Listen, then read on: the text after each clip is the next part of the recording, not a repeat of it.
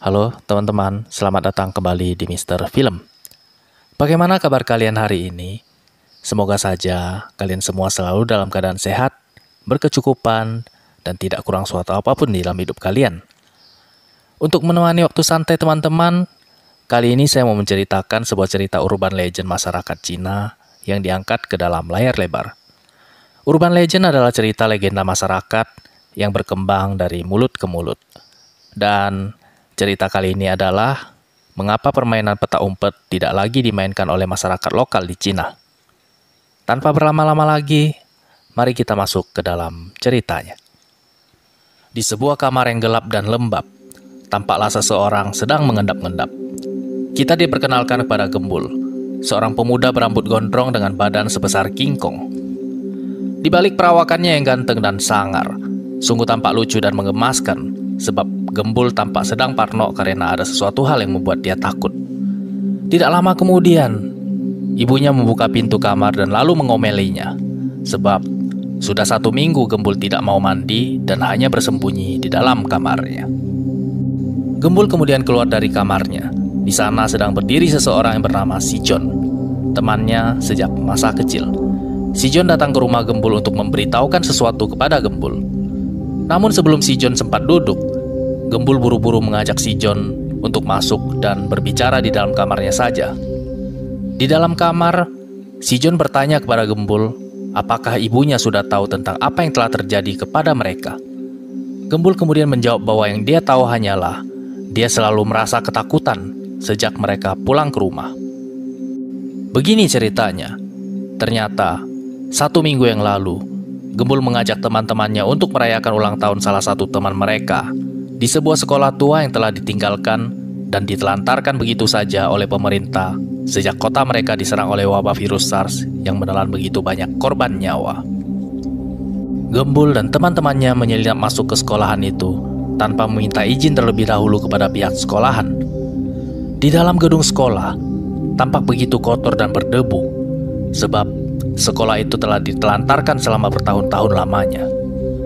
Adik dari salah satu di antara mereka yang bernama Little Bo tampak sedang terpaku memandangi sebuah lukisan pucat yang berada di salah satu dinding sekolah.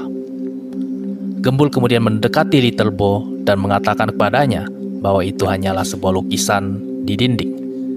Little Bo mengatakan pada Gembul bahwa anak-anak di dalam lukisan tersebut tampak sedang memperhatikan mereka. Namun Gembul malah bercanda kepada Little Bo dan lalu mengajaknya untuk berjalan pergi. Mereka kemudian menelusuri lorong-lorong gelap dan pengap di dalam gedung sekolah dan mendapati segala atribut sekolah masih lengkap dan tampak sama seperti terakhir kali ditinggalkan. Di ruang guru, mereka menemukan foto-foto yang sedang terpajang di dinding beserta lilin-lilin putih yang telah lama padam, yang tadinya digunakan untuk mengenang para guru dan murid-murid yang meninggal karena wabah virus SARS. Ketika salah satu temannya sedang serius memandangi foto-foto tersebut, Gembul kemudian bercanda kepada temannya bahwa ada seorang guru yang sedang berdiri di belakang mereka. Murid-murid nakal dan lugu ini kemudian melanjutkan menelusuri satu persatu ruangan di sekolah kosong dan berdebu ini, tanpa menyadari bahwa sebenarnya mereka telah mengganggu para makhluk tak kasat mata yang mendiami sekolah tua ini. Ketika mereka sedang berkeluyuran, tiba-tiba saja muncul seorang bapak-bapak tua penjaga gedung sekolah yang bernama Paman Chan, yang sontak membuat mereka terkejut. Gembul yang kenal dengan Paman Chan lalu bertanya kepadanya, apakah masih mengenali mereka. Gembul mencoba menjelaskan kepada Paman Chan bahwa mereka datang ke sekolahan ini untuk merayakan ulang tahun salah satu teman mereka.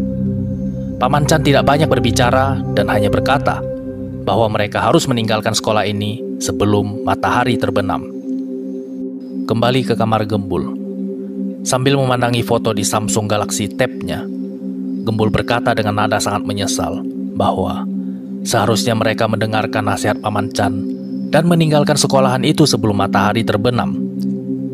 Alih-alih meninggalkan sekolahan, pada sore hari itu, Gembul malah mengajak teman-temannya untuk bermain petak umpet di dalam sekolahan yang mulai diselimuti oleh kegelapan malam. Aturan permainan ini cukup sederhana. Apabila yang bersembunyi tertangkap semua, maka mereka semua masing-masing harus membayar $100 kepada tukang jaga. Namun apabila ada salah satu di antara mereka yang tidak tertangkap, maka dialah pemenangnya. Dan semua pemain juga masing-masing harus membayar $100 kepadanya. Mereka kemudian mengundi dengan kertas siapakah yang harus berjaga, dan permainan pun dimulai. Satu persatu pemain segera mencari tempat persembunyiannya masing-masing di dalam ruang-ruang sekolah yang mulai diselimuti oleh kegelapan malam. Namun ada satu hal yang mereka tidak sadari.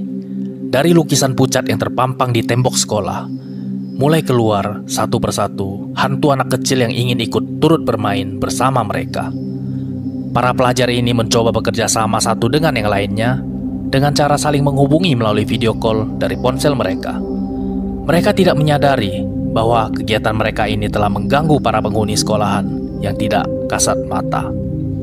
Singkat cerita, permainan berhasil diselesaikan dan salah satu dari mereka berhasil memenangkan permainan ini. Mereka pun merayakan kemenangan ini dengan melakukan selfie dengan uang yang berhasil dimenangkan. Karena hari sudah mulai malam dan Little Bo, adik dari salah satu dari mereka, sudah mengantuk, maka diputuskanlah bahwa mereka akan segera pulang. Namun tiba-tiba saja guntur berbunyi dan turun hujan lebat, membuat mereka tidak dapat meninggalkan gedung sekolahan. Karena tidak bisa pulang, Gembul kemudian berinisiatif mendatangi Paman Chan untuk meminta izin supaya diperbolehkan menginap di sekolahan untuk malam ini. Di ruangan Paman Chan, Gembul melihat banyak sekali jimat-jimat yang ditempel oleh Paman Chan di mana-mana. Mereka kemudian mencoba untuk menyogok Paman Chan dengan sebungkus rokok dan sekaleng bir. Setelah itu, mereka kemudian berjalan pergi sambil saling bertanya satu sama lainnya, mengapa terdapat banyak sekali jimat di dalam kamar Paman Chan.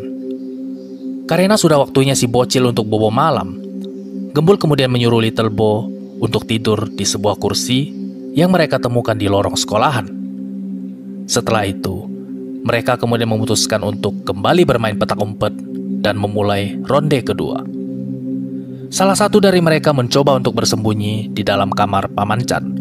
Namun sialnya, mereka tidak menyadari bahwa Paman Chan ternyata sudah terbaring, tergeletak, dan tidak bernyawa.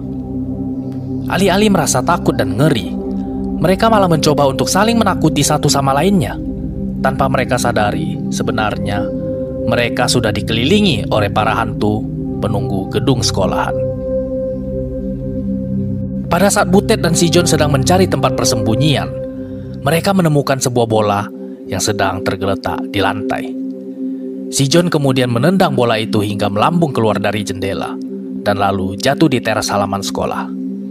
Karena melihat tidak ada tempat untuk mereka bersembunyi, mereka kemudian berjalan pergi. Namun, tidak lama kemudian, seorang anak kecil berjalan masuk ke dalam ruangan tadi untuk mencari bolanya yang hilang. Sementara itu di sebuah ruangan yang gelap dan sempit, si Gembul sedang mencoba untuk bersembunyi.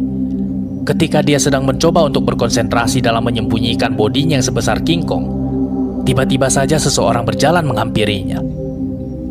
Karena menyadari bahwa bodinya makan banyak tempat untuk disembunyikan, Gembul kemudian menyuruh orang itu untuk bersembunyi di tempat lain. Namun orang itu justru ikut jongkok di samping Gembul dan lalu membisikkan ke telinganya bahwa ia juga ingin ikut bermain.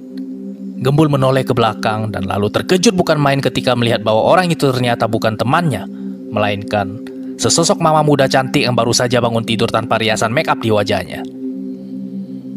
Gembul kemudian berlari meninggalkan tempat persembunyiannya sambil ketakutan dan berteriak, Bu, ada ibu-ibu guys. Sementara itu di ruangan lain, si John dan teman-temannya yang belum tertangkap mulai merasakan keanehan menyelimuti mereka seiring malam yang kini semakin larut dan gelap.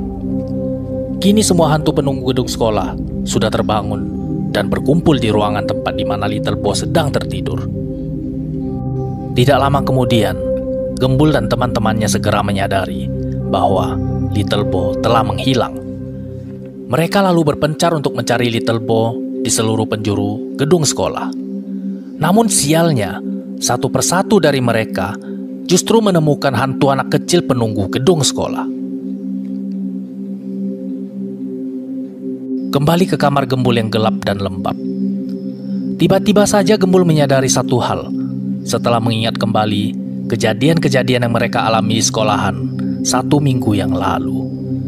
Perlahan-lahan Gembul menoleh ke arah si John yang sedang berdiri di samping tempat tidurnya. Dengan wajah pucat pasi tak berdarah, si John kemudian bertanya kepada Gembul, apakah sekarang dia sudah ingat bahwa sebenarnya mereka semua telah mati.